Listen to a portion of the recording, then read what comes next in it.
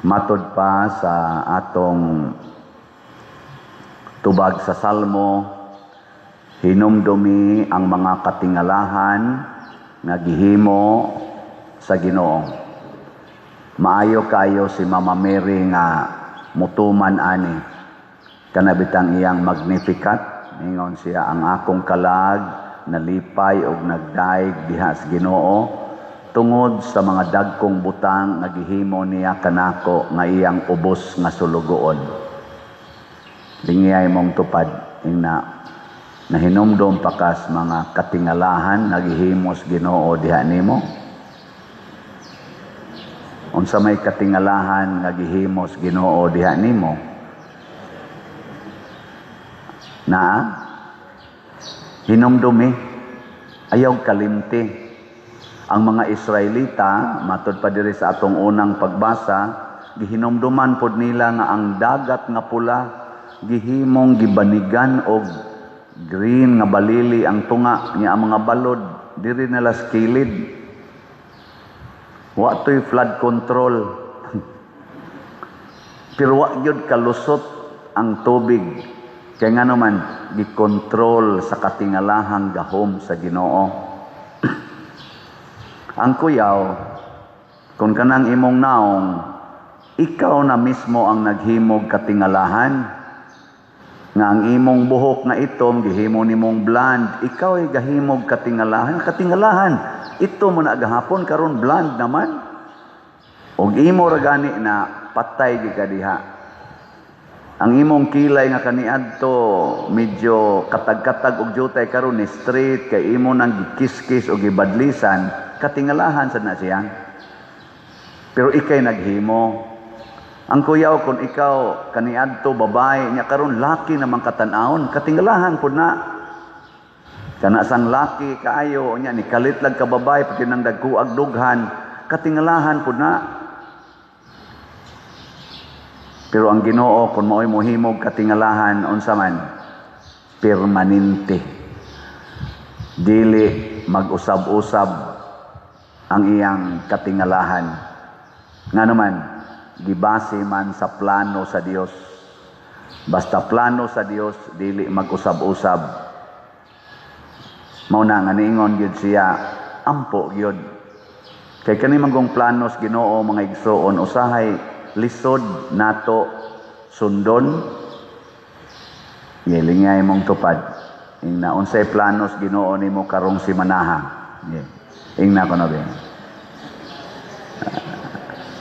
na hibaw ka basig ikaw ragay gasigig plano ikaw ragay gasig plano pero wa ka hibaw unsay planos Ginoo nimo karong simanaha.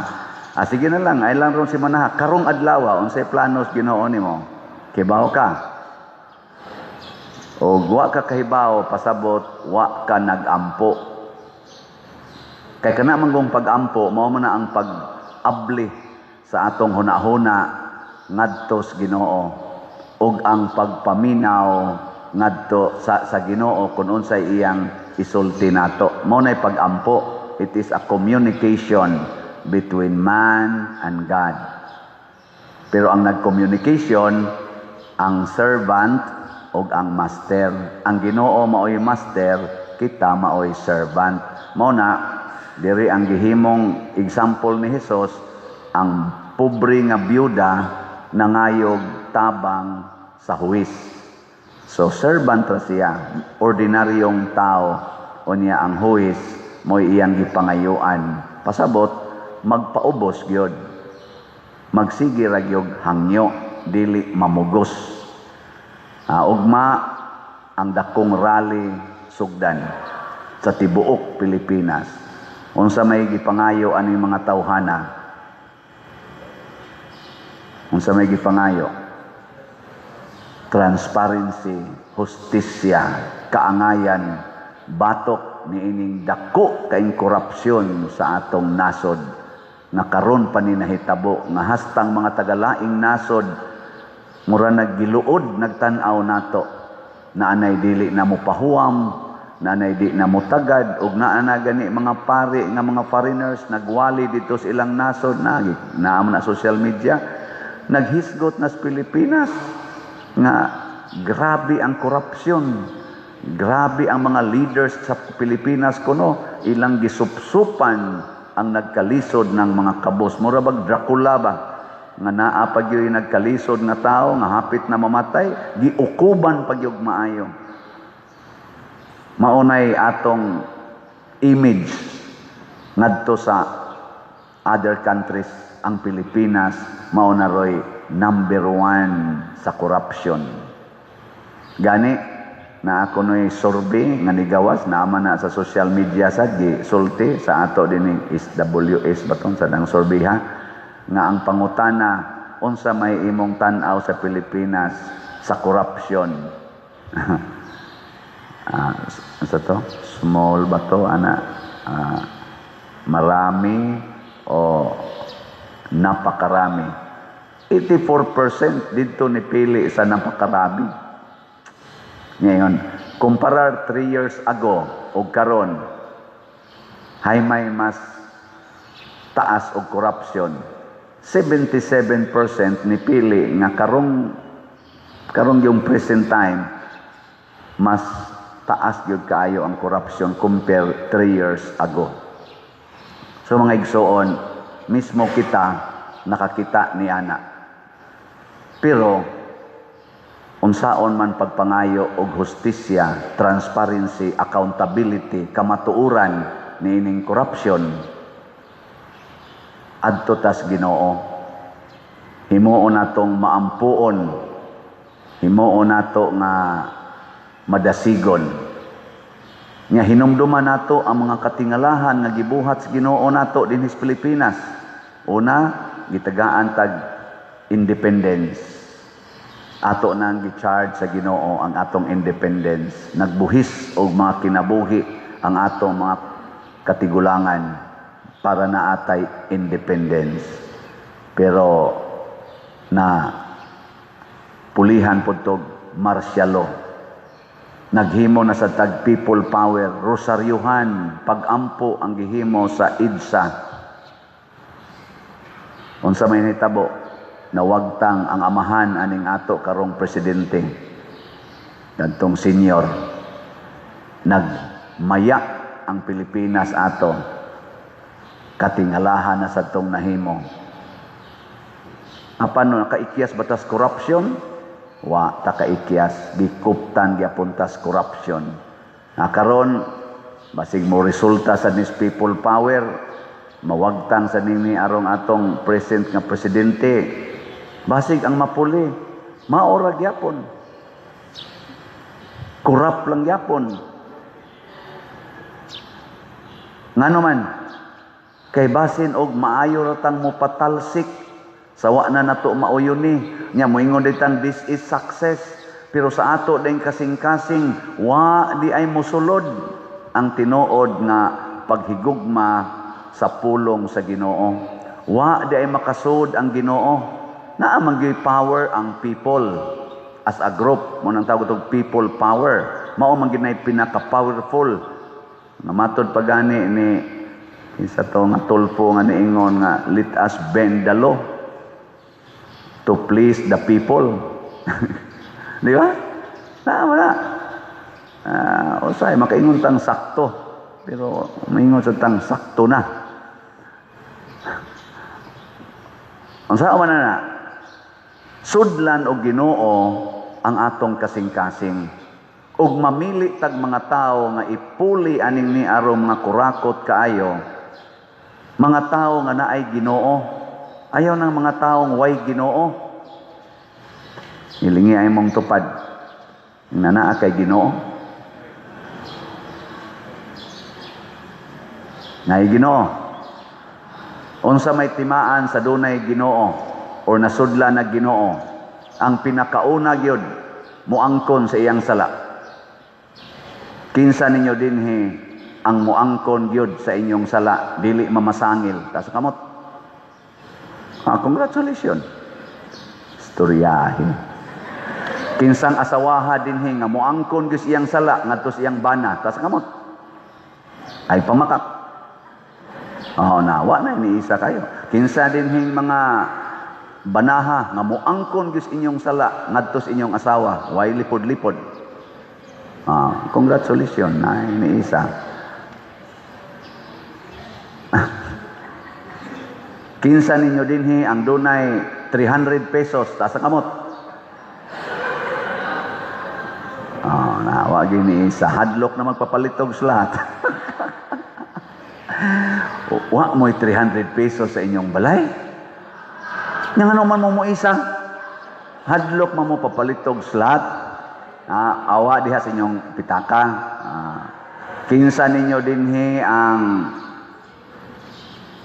mo greet na kog happy birthday ta sa kamot. Ibaw na ra ba mo kung say dangatan ninyo mo greet mo na kog happy birthday. Mo palit gyud mo slot labing minus 300 nya og challenge gani 6,200 kay 62 na karong November 24. Na kanang naay Ginoo mo nay tao nga kusog kay moangkon sa iyang sala. Ikatduha, kanang tao na ay Ginoo mosulti sa kamatuoran. Ang tinuod iyang isulti bahala nagmasakitan, bahala naganig mamatay, mosulti sa kamatuoran. Moto ato mga heroes, di ba sa Pilipinas, mga heroes. Bisan pag moingon ka, wa man toy di man to Kristiyano pa di man to motuo Ginoo, pero mosulti tinuod. Truth is equal to God. Di ba ningon ang Ginoo, I am the truth.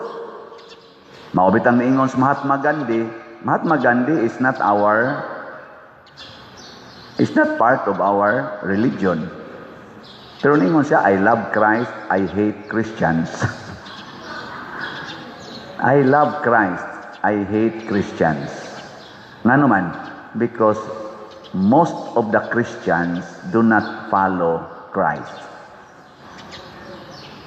Nga naman, mga bakakon man kaita, kana lang imong kuluran, imong buhok, imong papution, imong naong, kiskisan, imong kilay, ngano ni makakadawat sa gagmayng kamatuoran. Samot na gid ang dakong kamatuoran, di nimo madawat. Lisod gid kag dawat anang gamay. Mo na ingos Kristo, ang kasaligan sa gamay, kasaligan sa dako, ang bakakon, ang limbungan sa gamay, limbungan sa nas dako. Kasimpol anang kamatuorana, and God is truth. Bikaron sa atong nasod, sa mga Marcos, Duterte o Dilawan, kinsa nila ang kusog, musulti o musaksis kamatuoran. Naa ba? Ato, kana lang tulo, mura mo na sila nagsinugang. Marcos, Dilawan, pero murag nag-usa naman ni ron sila, karong panahon na, pero hibaw ko, di na sila magkausa, temporary rana. Or Duterte group. Asa man dihay nagsultig kamatuoran. Og butang ta lang og di gyud absolute truth, at least duol sa truth. Nakaron unsa may timaan ang tao nagsultis kamatuoran. Naa siya'y stability, consistency. Consistency sa iyang gibarugan.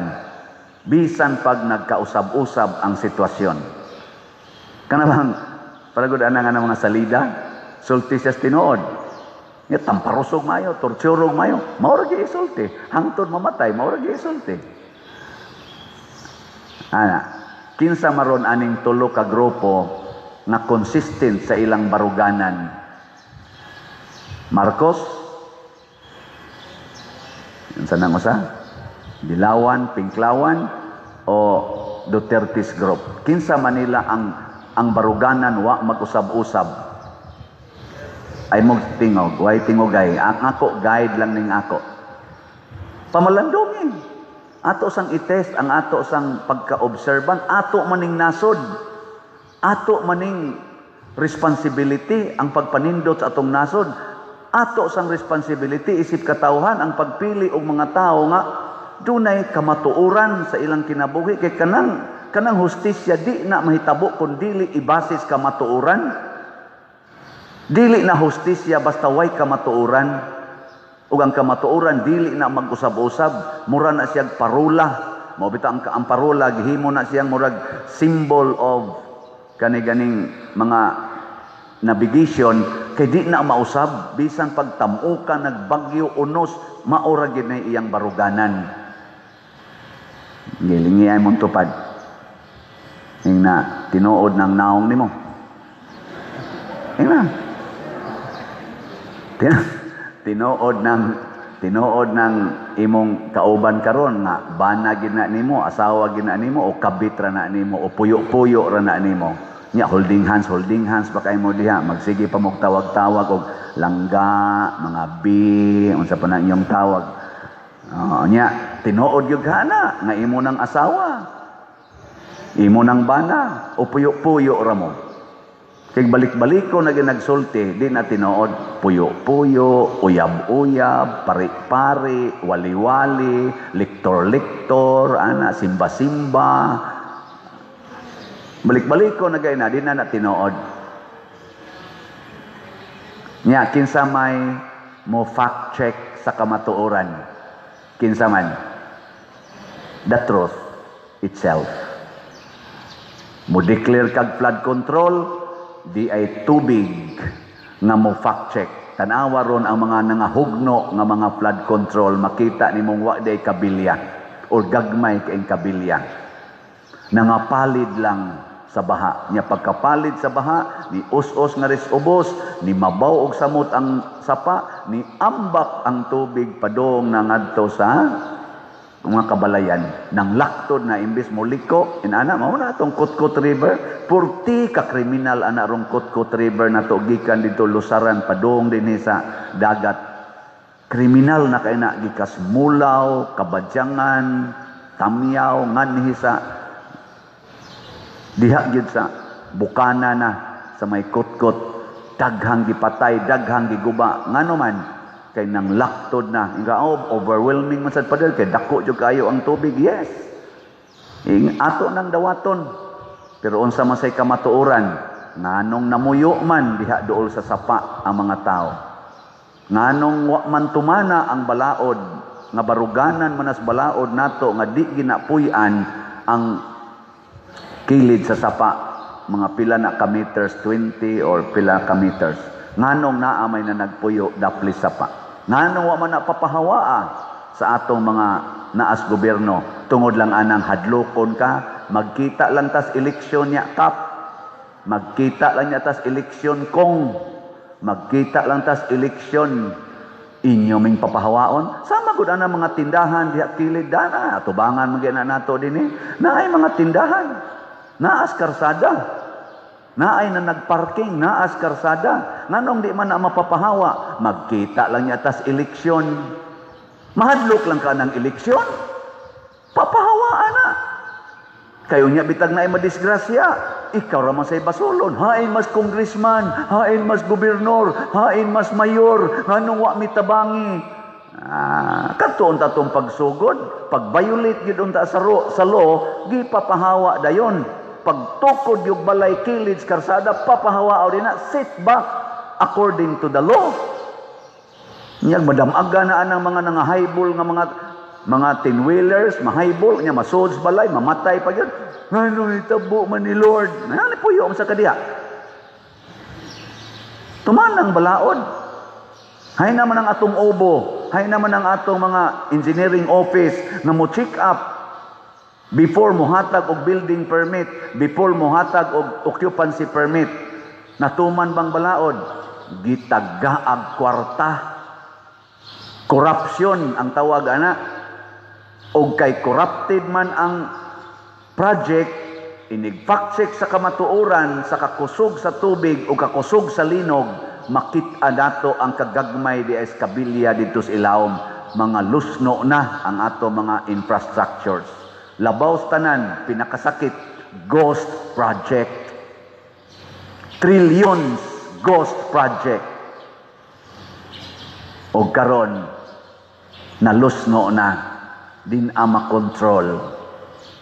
Makontrol pa ninimong nangamatay, madinay pa na nimo, kinirong atong corruption sa Pilipinas nga nalusno ng atong ekonomiya, din amagani dawaton atong kwarta pailisan dito sa gawas. Di na dawaton. Magdaa ka dito dakong kwarta nga Philippine money, imong pailisag dollar, di na dawaton. Matod pas mga balita. Ingno na, dili ka ni products corruption, nga imong gidadiri. I-check o sa pangayo sa dito sa inyong central bank o assurance nga this is a genuine money. Kay basig usa ka sa nagkurakot dito niya imong gidadinhing kwarta. Maapil mi. Hadlok na managana na magdada ka dito kwarta nga moabot og mga milyon, question no na ka. Luoy kay ta. Nya madinay pa na sa ato mga government officials, dili na og labaw sa tanan ang ilang team. Katong gisulti ba ni BP Sara nga duha ra man nakabuk ga-approve diha sa budget, kana ra man si Saldico ug si Romualdez. Nya kung kanang duha mo'y nag-approve, siyempre apil ginas Bongbong Marcos, di ba? Sige man nagsulti ni BP Sara, mao mo ganiyang isulti. Karon ni resulta. Nana. Umot sa asa ni Padong. Katag na ron social media. In just few hours, millions na ang nag-view. Si Saldico, nagpagawas, nag-statement, na di na nako matiis. Isulti na nako ang kamatuoran nga ako, giutusan lang ni Bongbong Marcos. Og akong gi-confirm sa akong speaker nga si Romualdez, niingon sad, kung ano ang gusto ng hari, matupad. Anong sa tiyang term gigamit? Kung ano ang gusto ng hari, hindi mababalik. O mautong gi-insert nila ang 100 billion sa BICAM. Atong 2024, nga nagkagubot pagka 2025. Mga igsuon, kanang kamatuoran can stand without shaking. Ang bakak, malusno ra gid na. Nya kay nagkaaway-away naman ron sila. Kay wa man gyud tinaguan nga dili mabutyag matud pa ni Kristo, ang inyong gihonghong sa tago isinggit ibabaw sa mga atok. Gisinggit na ni Saldico, tuas siyas gawas. Ingon siya, sana bago ako mamatay, maisawalat ko ang lahat ng aking gustong isiwalat. Kasi matod pa niya, may plano namang patayin siya. Sumunod ako sa kanila. Akala ko, alagaan nila ako. Yun pala, ang biglang sabihin na alagaan nila ako, ingon ani ba ang pagkasulti, pero di exactly na social media, tanawa lang. Gagamitin pala nila akong panakip butas. Siya naman hinuoy gidatogan sa tanan. Siya naman maoy author sa tanang mga kanang ilang giingon ni Bongbong Marcos nga mahiya naman kayo. Didto man gidatog niya tanan. Di nakaingon siya, ngigagod. Unya patyon pagyug ko ani. Di may pag-isulti na lang daan nga dili ako ang author ani. Sabi niya, meron akong resibo, meron akong ebidensya, meron akong mga pangalan. Ug mao na ni ang makapalusno sa bakak. Dili na makontrol. So dili makontrol nato karon, wa na tay flood control, wa na tay earthquake control. Karon kang gadasan nato karon, wa na sa sila political control. Lusno na gid ni. Ang problema lang kinsay ipuli. Hinaot unta kung do natay ipuli, pangitao nato tong consistent sa baruganan. Kanabang taong andam muantos, andam magpasakit para lang gyud sa kamatuoran. Nga bisan paglisod-lisoron, bisan pagprisohon, bisan paghodlokon, i-impeach o kahapatyon, mosulti lang gyapos tinuod, mao na atong ipuli. Kana atong ipuli. O dili ta kakita ana, ay na lang usik-usik lang yapon tas panahon. Muna, Supreme Court. Atong hangyoon ang Supreme Court. Kung magkinaunsa man gining kinabuhia, please stand your ground, Supreme Court. Kay kamo na ang tinuod na hustisya. O atong iyampo sa Ginoo mga igsoon, nga ang atong Supreme Court, tagaan untag wisdom from the supreme judge who is God himself. Pirmi maginas lang mo ingon, so help me God, so help me God. Bisan pag mga supreme judges na sila, justices, mo ingon ginas lang, so help me God. May it be done unto you according to God's will. Kaya kani magkaana naman magkatimpag-tumpag naman ang domino effect ani, rattled na kaayo, rattled na, tanawa social media, purti ng aligriha, kita magampo ta. O ginaot unta, ligon ang atong Supreme Court, ang atong mga justices diha, kay sila nagyod maoy gitawag og the center of decision making. Dili na ni siya basta-basta. And let us not repeat the history of corruption nga ni corrupt nato bisan pagdunay mga katingalahan nga gihimo ang Ginoo, sud lang gyapon ang corruption. Idsawan, katingalahan kaayo with anhing cardinal sin, pero ang corruption ni sud lang gyapon, nag-uban-uban ra didto. Idsato, katingalahan gyapon with cardinal sin gihapon to, pero ang corruption nagsunod-sunod lang gyapon. Basig karon og mahitabo ni naalang gyapon ang corruption. So kinahanglan ta kamaong moangkon og sala, kamaong mopuyog kamatuoran. Kanang pagampo ayaw lang usa na i-appeal in the political arena. Kay sa ako nang gikaingon, lain-lain man tag klase sa interpretasyos pagampo. Pero ang tinuod nga maampuon, kamaong mopuyog kamatuoran, dili magpaling-paling sa ilang baruganan. Nindog ta.